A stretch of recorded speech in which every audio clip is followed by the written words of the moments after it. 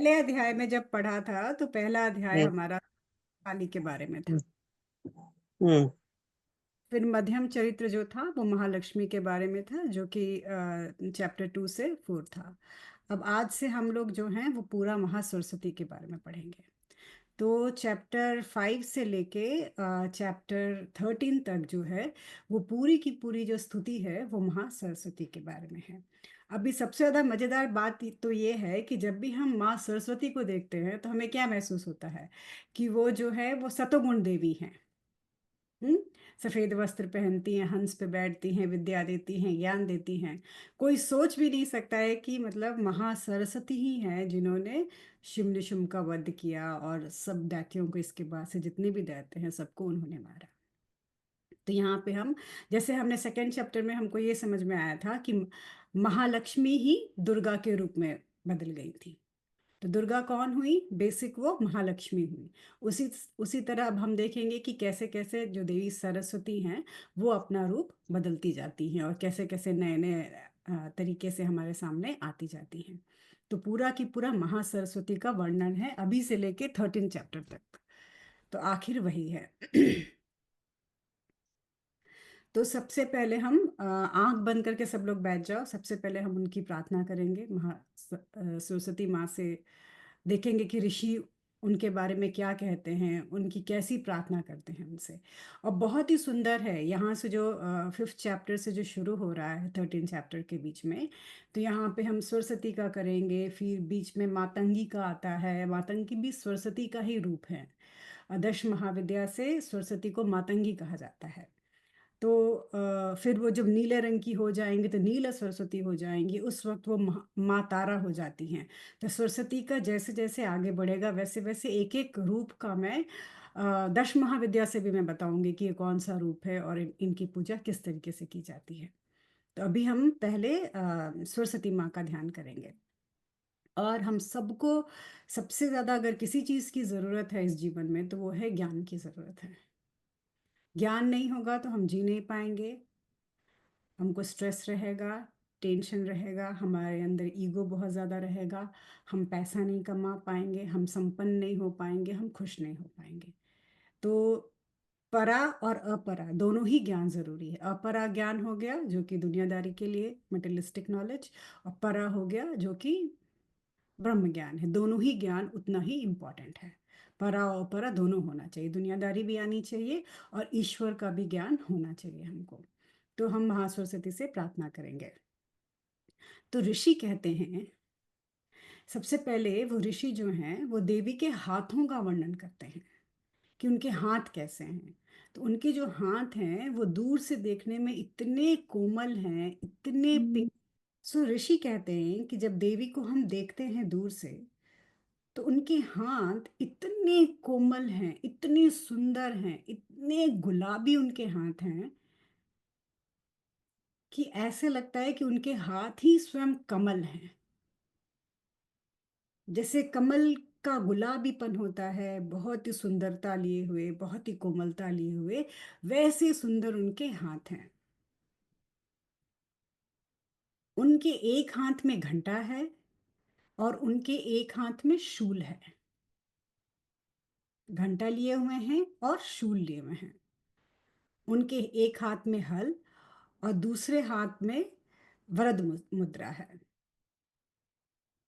तो ये देवी क्या क्या दिखा रही हैं? पहले हम उनके आयुधों की बात करेंगे। उनके हाथ में घंटा है। घंटा बजाने का मतलब क्या होता है कि वो हमें जागृत कर रही हैं। जब भी हम मंदिर में या कहीं भी घंटी बजाते हैं इसका अर्थ ये होता है कि जितने भी तरह के आवाज है, अगल बगल जो भी आवाज हो रही है वो सारी आवाजें शांत हो जाएंगी। पूरा ध्यान एक जगह केंद्रित हो जाएगा। घंटे की आवाज इतनी तेज होती है। तो माँ जो है, जितने भी विचार, जितनी भी चीजें हमारे अंतःकरण में चल रही हैं उन सारी चीजों को शांत कर देती हैं, वो अपना घंटा बजाती हैं। तो हम सबको वो समझ में आता है कि माँ का घंटा बज रहा है। उसके बाद से उनके हाथ में त्रिशूल है। त्रिशूल का मतलब वो अपने भक्तों की रक्षा करने के लिए तत्पर हैं। उनके भक्तों को कभी कोई कष्ट नहीं आएगा। वो रक्षा के लिए त्रिशूल हाथ में लिए खड़ी हैं। तो घंटा बजा के हमें शांत करती हैं, ज्ञान देती हैं, त्रिशूल से हमारी रक्षा करती हैं। उसके बाद से उनके दूसरे हाथ में हल है।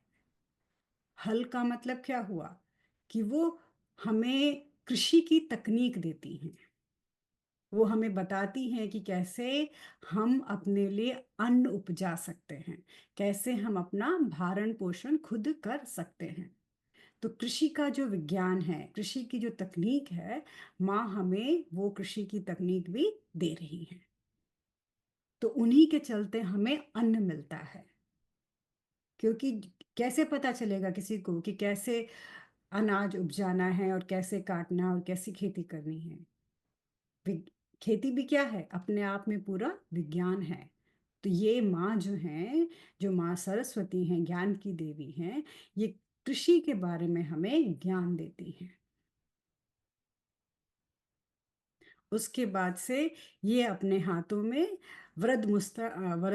मुद्रा धारण करती हैं, यानी कि अपने भक्तों को उनकी इच्छा पूर्ति के लिए सारे वर देती हैं। अब ये जो देवी हैं, इनके मुकुट पर भी अर्धचंद्र है। हमने अर्धचंद्र के बारे में पहले भी बात किया था कि चांद का मुकुट में होने का मतलब है कि देवी जो हैं वो कालातीत हैं, काल के परे हैं। समय, ग्रह, नक्षत्र कोई भी उनके ऊपर काम नहीं करता। वो काल के पूरे ही पूरे परे हैं, काल से बाहर हैं। इनका जो रूप है वो चंद्रमा के समान श्वेत है। चंद्रमा के समान श्वेत कैसा है? जैसे हम चांद को देखते हैं तो हमारी आंखों को ठंडक मिलती है, वैसा श्वेत, वैसा आंखों को ठंडक देने वाला माँ का रूप है। इसके पहले हमने क्या देखा था कि माँ का जो रूप है वो बहुत ही प्रकाश निकल रहा है उसमें से। पर अभी हमें जो माँ का रूप दिख रहा है, उस रूप में माँ में से ठंडी चांदनी, ठंडक निकल रही है। ये जो माँ है, ये पूरे, इनके भी तीन नेत्र हैं। तीन नेत्र का अर्थ क्या होता है कि सूर्य, चंद्रमा और सूर्य चंद्रमा के परे। एक नेत्र को सूर्य कहते हैं, एक को चंद्रमा कहते हैं, और तीसरा जो होता है वो इन सब से परे होता है। तो माँ की भी तीन नेत्र हैं। और ये दैत्यों को संहार करने के लिए हमें तत्पर दिखाई देती हैं। इन देवी के इस गौर वर्ण को, इतनी गोरी हैं, चंद्रमा के समान इतनी सुंदर हैं कि इन्हीं के गौर वर्ण को महागौरी कहा गया है। हम किसकी बात कर रहे थे यहाँ पे? देवी सरस्वती की बात कर रहे थे। उनके गौर वर्ण से महागौरी हो गई। इसका मतलब पार्वती के शरीर से उत्पन्न हुई हैं और हम इनसे इनकी प्रार्थना करते हैं। महागौरी हम किसको कहते हैं? देवी पार्वती को। तो देवी पार्वती के रूप से उत्पन्न, के शरीर से उत्पन्न हुई हैं और हम इनकी प्रार्थना करते हैं। तो ये हो गया सप्तशती के आधार पे माँ की स्तुति। इसको अभी मैं अलग तरीके से समझाती हूँ। सो सबने मीनाक्षी मदुरई का नाम सुना है, मदुरई मीनाक्षी का। मदुरई मीनाक्षी जो है वो पार्वती माँ का टेम्पल है। ठीक है। और पार्वती वहां पे मातांगी के रूप में है। मातांगी जो है 10 महाविद्याओं में से एक महाविद्या है, जो कि सरस्वती है। हम सप्त वैदिक पूजा में सरस्वती के रूप में पूजा करते हैं, 10 महाविद्या में वही मातांगी हो जाती है। इन्हीं मातांगी देवी जो है वो मीनाक्षी देवी हैं, मदुरई मीनाक्षी। आया समझ में? कोई क्वेश्चन इसमें? और हमने इसका ये डिस्क्रिप्शन। कांची कामाक्षी और मीनाक्षी, जो आप मीनाक्षी बोले हो, कांची कामाक्षी और ये क्या बोलते हैं, तो त्रिपुर बाला सुंदरी माँ, ये एक ही है क्या? नहीं, तो ऐसा है कि मीनाक्षी, विशालाक्षी और को पार्वती का रूप कहा गया है। और कांची में भी जो है हम्म। त्रिपुर महासुंदर ये है। जैसे त्रिप आपने वर्णन किया ना, कांची कामाक्षी देवी, भी हाथ में वो लिए रहती हैं, अन्न लिए रहती हैं। हमारी त्रिपुर बाला सुंदरी माँ जी हैं यहाँ पे अंजोरा मंदिर में, वो भी हाथ हाँ, में लिए रहती हैं। अन्न लिए रहती है ना, तो वो उन्हीं अनाज का। के अनाज के अन्न। हाँ, अनाज की हाँ बाली, तो वो ललिता हाँ, वो तपस्वी। घंटा, अनाज की बाली, ये पूरे रूप उनके आपने जो वर्णन किया ना वो उसमें है। हाँ हाँ, तो ये मैं पार्वती मेडिटेशन में को। बैठी तो मुझे मेरे अंजोरा मंदिर की माँ दिख रही थी मुझे। जरा फोटो भेजना उनका, तो मैं देख के बताती हूँ कि कौन है ये। हाँ ठीक है। ग्रुप में फोटो डालना, तो मैं देख के बता। मतलब समझ में आ हम्म। रहा है कैसे टूट रहा है पूरा? यहाँ तक समझ में आया है ना? हम्म। हम सरस्वती की पूजा कर रहे हैं, सरस्वती से होते होते हम पार्वती पे पहुंच गए महागौरी बोल के। तो ये तो हमको सप्तशती से मिला, और उसका उदाहरण मैंने मीनाक्षी मदुरई से दे दिया। हम्म। शायद ही किसी को पता होगा कि मीनाक्षी मदुरई से की जो माँ है वो सरस्वती का रूप है, मातंगी है वो। ये बात मुझे अभी पता चली है, जब मैं दश महाविद्या के बारे में पढ़ रही थी, तब मुझे समझ में आया कि वो मातंगी है, मीनाक्षी रूप में उनकी पूजा होती है। और ऐसे उनको क्या कहते हैं कि सुंदरेश्वर शिवा है, मीनाक्षी को पार्वती कहा जाता है। तो पार्वती ही सरस्वती हो गई। समझ में आ रहा है ना? लक्ष्मी ही दुर्गा हो गई, पार्वती ही सरस्वती हो गई। आ गया समझ में इतना? कह रही एक ही देवी हैं और हाँ वही अलग अलग अलग रूप है उनके, जैसे जैसे हाँ हाँ। नीड है जैसी जरूरत है वैसा नीड है। अब वैसा रूप उन्होंने धारण कर लिया। तो पूर्णा जी तमिलियन हैं, और हमेशा मीनाक्षी माँ की बात करते थे। मुझे मीनाक्षी माँ के बारे में उन्हीं से पहली बार सुना मैंने, कि वो हरे रंग की होती हैं, हरी साड़ी पहनती हैं, तोता होता है उनके पास। और जब मैं गई मीनाक्षी, तो बहुत सारे एक्सपीरियंस हुए मदुरई टेम्पल में, बहुत खुश थे हम लोग। और हमेशा ये लगता था कि मदुरई मीनाक्षी जो है वो ज्ञान देती हैं। कहते हैं कि उनकी आंखों से ज्ञान का ट्रांसफर होता है, इसीलिए उनको मीनाक्षी कहा जाता है। कि मछली की जैसी आंखें हैं, आंखें से देख के एनलाइटमेंट दे देती हैं किसी को भी। तो हमेशा ये मुझे लगता था कि मतलब ऐसा क्या है कि वो इतना ज्ञान कैसे दे सकती हैं। होता है ना, मतलब मेरी आदत है खोजने की कि क्यों ये देवी या ये मंदिर इस बारे में क्यों इतना फेमस है। फिर मैं जब लौट के आई, तो अभी दश महाविद्या पे पढ़ रही थी मैं, तब मैंने देखा कि वो मातांगी माँ का मीनाक्षी के रूप में पूजा होता है। मातांगी तो सरस्वती हो गई। तो सारी इंटर कनेक्टेड है, इसीलिए कहते हैं कि मीनाक्षी के पास जाने से ज्ञान मिलता है। इसीलिए देखो, मीनाक्षी के पास तोता होता है। तोता किसका प्रतीक होता है? बताओ, तोता किसका प्रतीक होता है? ज्ञान का रट्टू तोते की तरह से बस सब याद हो जाना। सब याद हो जाना, रट्टू तोता होना, कि आपको सब कुछ याद हो गया। ठीक है। तो तोता उसका प्रतीक होता है। तो अगर हम देवियों के हर प्रतीक को देखेंगे ना, तो हमको माइन्यूट से समझ में आएगा कि ये है क्या। अब उसके बाद से ऋषि कहते हैं कि जब पुराने समय में जब इंद्र असुरों के राजा के बीच में जब युद्ध हुआ, तो जब सारे के सारे इंद्र और उनके साथ जितने भी देवता थे, जब पराजय हुई, जब दैत्यों ने पूरे ब्रह्मांड को अपने कब्जे में कोशिश शुरू की कि पूरा कब्जा कर ले, उन्होंने पूरे कर्म कांड पे कब्जा कर लिया। यानी कि जो भी कर्म कांड, हवन, पूजा होगा, उसका जो भी फलश्रुति होगी, वो सारा की सारा दैत्यों के पास चली जाएगी। उन्होंने सूर्य का काम छीन लिया, चंद्रमा का काम छीन लिया, वरुण का काम छीन लिया। उन्होंने यहाँ तक कि कुबेर का भी पैसा सारा ले लिया, और यमराज का भी काम छीन लिया। उन्होंने सबका काम छीन लिया। वो अग्नि को भी अपना काम नहीं करने देते थे, वो वायु को भी अपना काम नहीं करने देते थे। उन्होंने सारे देवताओं को तंग करना, त्रास देना शुरू कर दिया था। तो याद है, जब मैं महिषासुर पढ़ा रही थी, तब भी मैंने क्या बताया था कि जब भी हम दूसरों को उनका काम नहीं करने देते हैं, हम दैत्य बन जाते हैं। दैत्य ऐसे थोड़ी ना थे कि उनके दो बड़े बड़े दांत निकले थे और सर पे सिंग थे, नहीं। वो हमारे जैसे ही थे। अगर हम, आप सभी लोगों को, अगर हम कहीं भी किसी के भी काम में टांग अड़ा रहे हैं, उसको उसकी फ्रीडम नहीं दे रहे हैं, तो हम राक्षस हैं। और हमें मारने के लिए माँ को उतरना पड़ेगा। और माँ हमको पटक पटक के मारेगी। जिसका जो हक है, घर में रहते हैं तो माँ बाप, पति, बच्चों का हक उनको देना है। जिसकी जो समय सीमा है उसकी सीमा उसको देनी है, उसको उसका फ्रीडम देना है। ऑफिस में काम करते हैं तो अपने बॉस, अपने सबऑर्डिनेट, अपने कलीग्स को उनका उनका स्पेस देना है कि हम सबको सबका स्पेस दे रहे हैं। हम सिर्फ अपने काम से मतलब रखेंगे, हम दूसरों के काम में हस्तक्षेप नहीं करेंगे।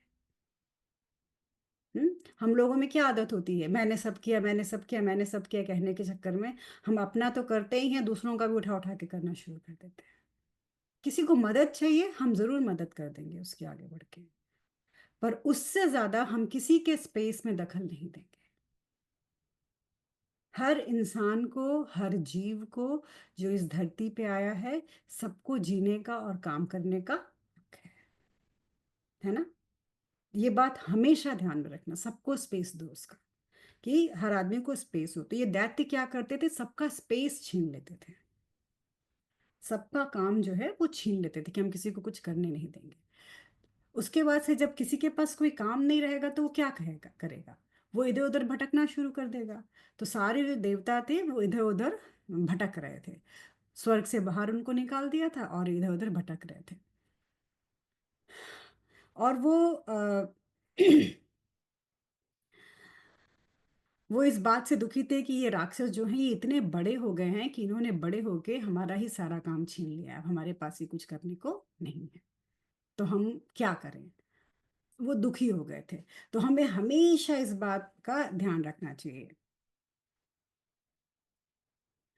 स्वर्ग के बारे में हमारा कॉन्सेप्ट क्या होता है, स्वर्ग एक ऐसी जगह होती है जहाँ सब कुछ एकदम सही होता है, हर तरह की सुविधा होती है, सबकी जिंदगी आराम से चल रही होती है।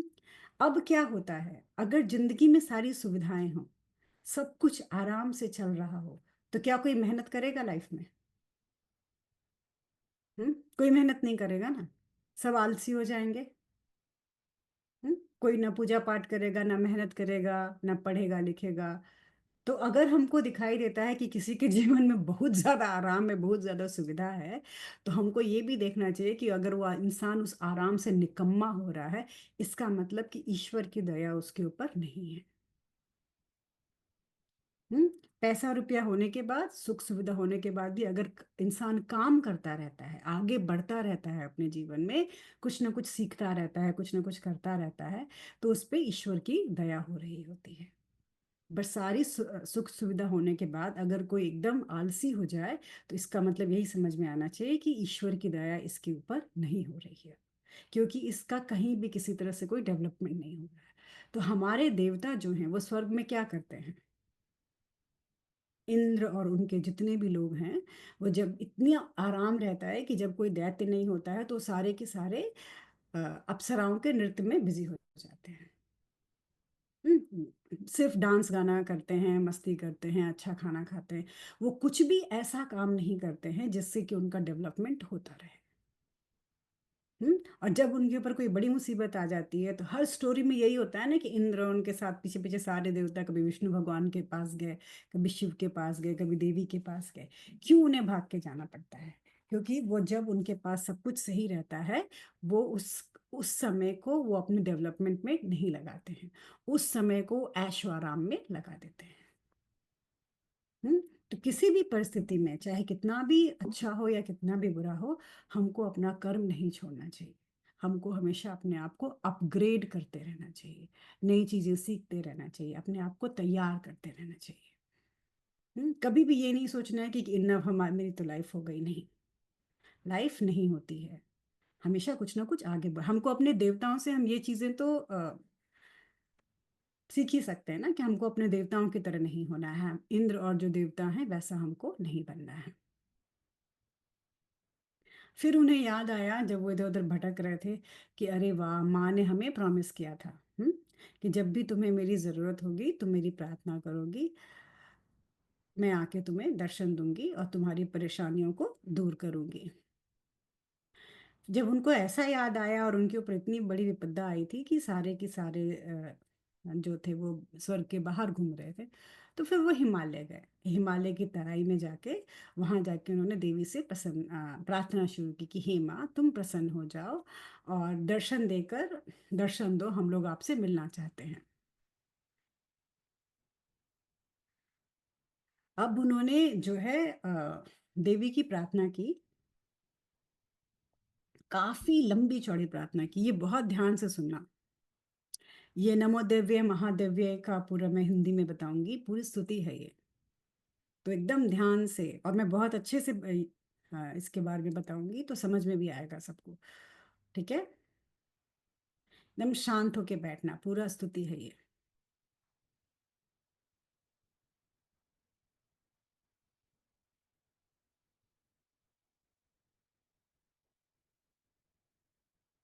सबसे पहले देवताओं ने कहा कि महादेवी, हम आपको नमस्कार करते हैं। हम्म, आप हम पे दया करें। आप ही शिवा हैं। तो सबसे पहले कहते हैं कि माँ आप ही शिवा हैं। उनको शिवा क्यों कहा गया है? क्योंकि वो शिव की पत्नी है। नमो देवे महादेवे करके जो है ना स्तुति, उसमें शिवा कहा गया है देवी को। शिवा इसलिए कहा गया है क्योंकि वो शिव की पत्नी है। तो कहते हैं कि हे शिवा, हे शिव की पत्नी, आपको हमारा नमस्कार है। अभी हमने क्या देखा था कि महासरस्वती पार्वती रूप में आ गई थी, महागौरी होके। तो यहाँ पे जो मंत्र का शुरुआत होता है तो शिव पत्नी को नमस्कार से, पार्वती को नमस्कार से होता है।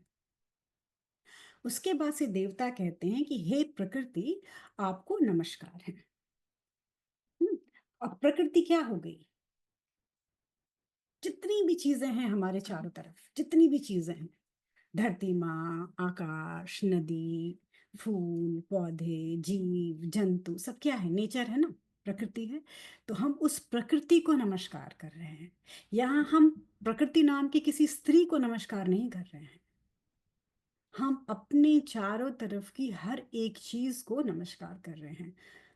तो जो पंच धातु होते हैं, 5 एलिमेंट्स होते हैं, उस पंच धातु को हम नमस्कार कर रहे हैं कि हे माँ, आप जो प्रकृति के रूप में हमारे चारों और आप हैं, आपको हमें नमस्कार कर रहे हैं।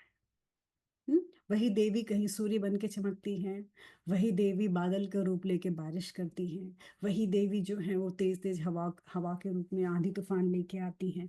तो हर एक रूप में हम, हे देवी, आपका नमस्कार कर रहे हैं। प्रकृति के रूप में हम आपका नमस्कार कर रहे हैं।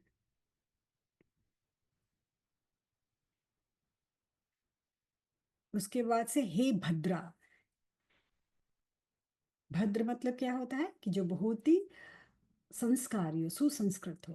तो हे देवी भद्रा के रूप में हम आपको नमस्कार करते हैं। आपकी पूजन करने से, आपको नमस्कार करने से जो भाग्य होता है वो भी बहुत सुंदर हो जाता है। हे माँ, आपको नमस्कार है। उसके बाद से आगे ऋषियों ने कहा कि हे रुद्रा, आपको नमस्कार है। अब यहाँ पे रुद्र, रुद्रा क्या हो गई? रुद्र की पत्नी हो गई। तो जब जब शत्रु सामने आते हैं और शिव जी जब बहुत ज्यादा क्रोध में आते हैं तो रुद्र के रूप में हो जाते हैं।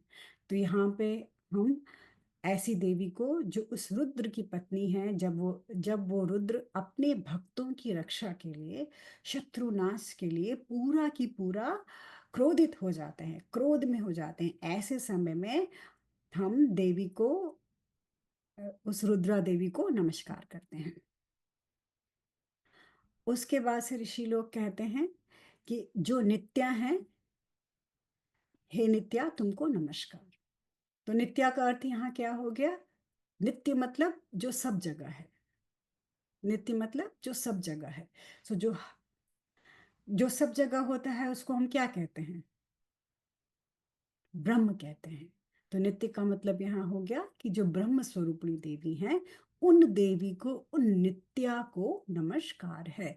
जो ओमनी प्रेजेंट है, सब जगह है माँ, उन माँ को नमस्कार है। तो यहाँ पे नित्या को नमस्कार होता है। उसके बाद से कहते हैं कि हे माँ गौरी, आपको नमस्कार है। गौरी का मतलब होता है जो बहुत ही गोरी हो, बहुत ही उज्जवल जिनका स्वरूप हो। तो बोलते हैं कि हे माँ, आप इतनी सुंदर हैं, इतनी गोरी हैं, तो हे महागौरी, आपको नमस्कार है। गौरी को हम पार्वती भी कहते हैं। तो हे पार्वती, आपको नमस्कार है। उसके बाद से वो आगे चलते हैं तो बोलते हैं कि हे धात्री आपको नमस्कार है। धात्री का अर्थ होता है जो धारण करती हैं, जो होल्ड करती हैं हमको, जो पकड़ के रखती हैं। अगर हमें पकड़ के ना रखें, हमें संभाल के ना रखें तो क्या होगा? हम फिसल फिसल के गिरते रहेंगे पूरे समय। तो जो हमारा हाथ पकड़े रहती हैं, जो हमें संभाली रहती हैं, उस धात्री को, उस पकड़ने वाली को, उस संभालने वाली को हमारा नमस्कार है। हे धात्री आपको हमारा नमस्कार है। और ये धात्री जो है ये हमें धारण करती हैं, हम इनके अंदर होते हैं।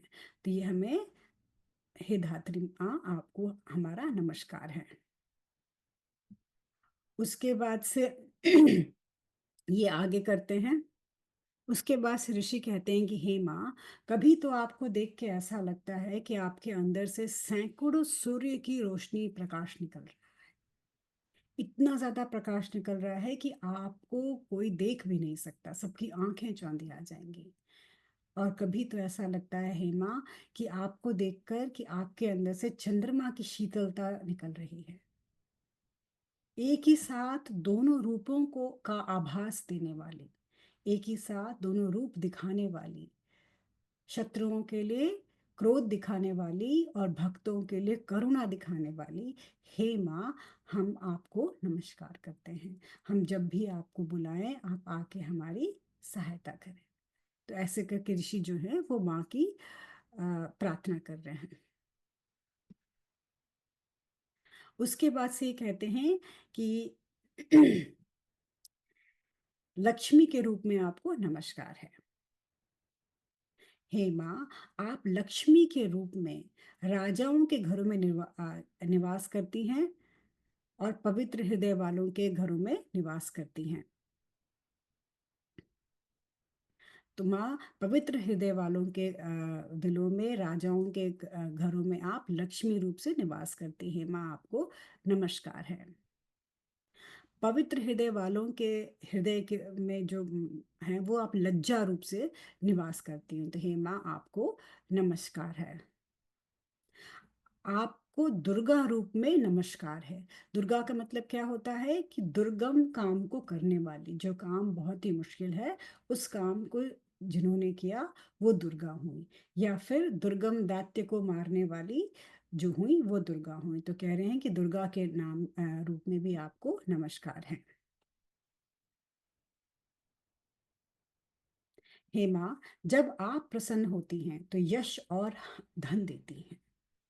तो यश और धन तभी हमें मिलता है जब माँ की प्रसन्नता होती है। तो हे माँ आप हम पे प्रसन्न हो और आप यश और धन दें हमें। हे माँ आप ही समय आने पे अपना रौद्र और सौम्य रूप एक साथ हमें दिखाती हैं। एक ही समय में दुष्टों के लिए रौद्र रूप होता है, उसी क्षण में भक्तों के लिए सौम्य रूप होता है। तो माँ आप एक साथ ही दोनों रूपों में अपने आप को हमें दिखा देती हैं।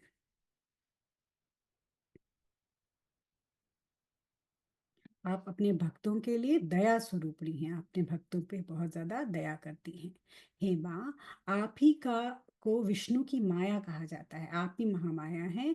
तो विष्णु माया के रूप में भी हे माँ आप ही पूरे संसार का संचालन करती हैं। आपको नमस्कार है। अब ऋषि कहते हैं कि जिस समय देवता स्तुति कर रहे थे उस समय पार्वती देवी जो है वो स्नान करने के लिए आई। अब देवताओं की स्तुति सुन के उन्होंने देवताओं से पूछा कि ये आप लोग किसकी पूजा कर रहे हो, किसकी स्तुति कर रहे हो। तो उसी समय पार्वती देवी के शरीर से की एक कोशिका से कौशिकी देवी निकली। हिमालय पे पूजा हो रही थी, पार्वती देवी की स्तुति हो रही थी। तो जब वो आई और वहां पे उन्होंने देवताओं से पूछा कि आप किसकी स्तुति कर रहे हैं, तो उनकी शरीर की एक कोशिका से निकली बाहर, उससे कौशिकी देवी बन गई। और जब कौशिकी देवी बनी तो उन्होंने पार्वती से कहा कि हे देवी यह आपकी ही स्तुति कर रहे हैं, ये जो ऋषि मुनि है ये सारे के सारे आपकी ही स्तुति कर रहे हैं। क्योंकि कौशिकी देवी ने पार्वती माँ के शरीर से बाहर निकली थी तो उनका वर्ण भी बहुत ज्यादा गोरा था। पार्वती क्या है, बहुत गोरी है, तो कौशिकी माँ भी बहुत गोरी थी। उनके बाहर निकलने के कारण पार्वती माँ जो है, इनका जो रंग है, क्योंकि कौशिकी पूरा गोरा रंग लेके बाहर निकल जाती हैं, तो पार्वती माँ का शरीर जो होता है वो काला पड़ जाता है। यहीं से पार्वती जो है वो काली के रूप में आ जाती है, मतलब एकदम काली दिखने लगती हैं, तो उनको यहाँ पे काली भी कहा गया है। जब देवी कौशिकी वहां थी तब शुंभ निशुंभ जो थे, उन्होंने देखा कि हिमालय पे कोई देवी है जो जिनकी सुंदरता से पूरा हिमालय चमक रहा है। अब फिर से मैं ध्यान से एक बार बताती हूँ कि पार्वती देवी आई थी पानी भरने। उन्होंने देवताओं से पूछा कि आप किसकी स्तुति कर रहे हैं, तो देवताओं ने बोला कि हम देवी की स्तुति कर रहे हैं। तो पार्वती के शरीर से एक कोशिका बाहर निकली जिसका नाम कौशिकी था।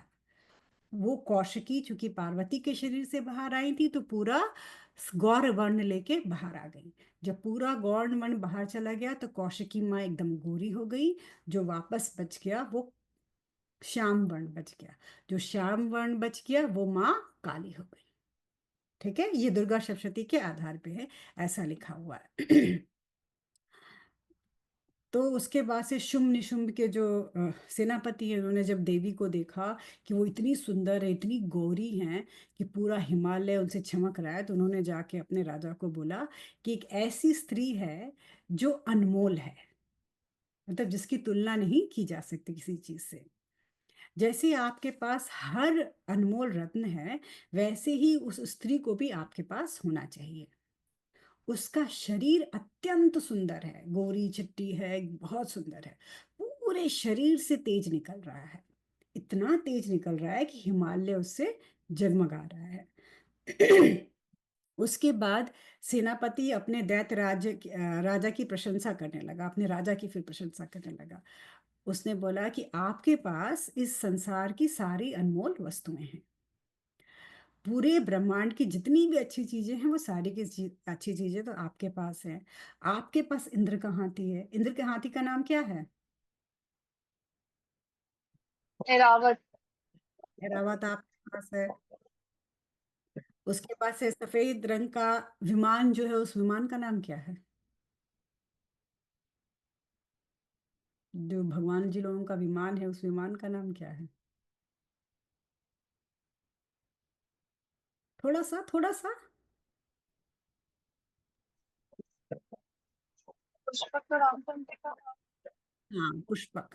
तो पुष्पक। पुष्पक, पुष्पक। हाँ पुष्पक विमान, वह पुष्पक विमान जिसका रामायण में वर्णन मिलता है, वो विमान भी हाँ आपके पास, हाँ। वो विमान भी आपके पास है। कुबेर का भी आप काम छीन के ले आए हैं, कुबेर की सारी संपत्ति आपके पास है। समुद्र से भी कभी ना मुरझाने वाली जो माला है, वो माला भी आप लेके आ गए हैं। फिर उसके बाद से वरुण का जो छत्र है जिससे धन की वर्षा होती रहती है, उस वरुण के छत्र को भी आप लेके आ गए हैं। और वरुण का वो छत्र है जो सबकी सब मनोकामना पूर्ण करता है, वो छत्र आपके पास है। उसके बाद से जो सबसे अच्छा रथ है, वो रथ भी आपके पास है। उसके बाद से मृत्यु की जो शक्ति है जिससे कि लोगों की मृत्यु होती है, वो शक्ति आप मृत्यु से भी छीन के ले आए हैं। तो उनके जो सेनापति थे वो तारीफ कर करके उनको बता रहे हैं कि हाँ, इतनी सारी चीजें तो आपके पास अनमोल हैं, तो उस स्त्री को भी ले आओ। तो क्या होता है कि अगर बेवकूफ राजा हो और उसके मूर्ख मंत्री हो तो क्या करेंगे? उसका दिमाग चढ़ा चढ़ा के उसको कुएं में खुदवा देंगे। तो इसको कहते हैं दिमाग का चढ़ाना। बैठा के नहीं लोग चढ़ाते हैं एक दूसरे को कि हाँ, तुम्हारे पास ये भी है, ये भी अच्छा हुआ, अरे वो भी काम कर लो। तो इतनी सारी अच्छी चीजें हैं तुम्हारे पास, तो जाओ स्त्री को भी ले आओ पकड़ के, देवी को भी पकड़ के ले आओ, वो भी तुम्हारे पास होनी चाहिए। जहाँ मूर्ख होते हैं वहां पे सब मिलजुल के आपको गलत काम करने के लिए उकसाते हैं। तो इसी तरह के सारे बैठ के उनको उकसा रहे हैं, लाइक, और उटपटांग बातें कर रहे हैं उनसे कि नहीं नहीं आप जाओ, उनको ले आओ। सब ऐसी बात सुनने के बाद जो शुम्भ निशुम्भ थे उनको लगा कि हाँ, ये बात तो सही है, जब सब कुछ मेरे पास है तो वो स्त्री भी मेरे पास होनी चाहिए। इन गधों को ये समझ में नहीं आया कि शक्ति, धन, ये सब क्या है, सब निर्जीव चीजें हैं, हाँ, मटेरियलिस्टिक चीजें हैं। पर स्त्री क्या हो गई, एक जीवित चीज हो गई। आप धन ले सकते हो, जमीन ले सकते हो, चीजें छीन सकते हो, पर किसी स्त्री को कैसे आप पकड़ सकते हो? ये तो वही कहानी हो गई ना, जैसे रावण सीता को उठा के ले गया था। आप कुछ भी कर सकते हो, पर किसी स्त्री पे कैसे हाथ डाल सकते हो? तो वही चीज यहाँ पे भी है कि आप कुछ भी कर सकते हो, स्त्री पे हाथ आपने कैसे डाल लिया? पर जहाँ मूर्ख सलाहकार होते हैं वहां इसी तरह का काम होता है। तो मूर्ख सलाहकारों ने ऐसा बताया कि नहीं नहीं, ऐसे कर लो, ऐसे करो।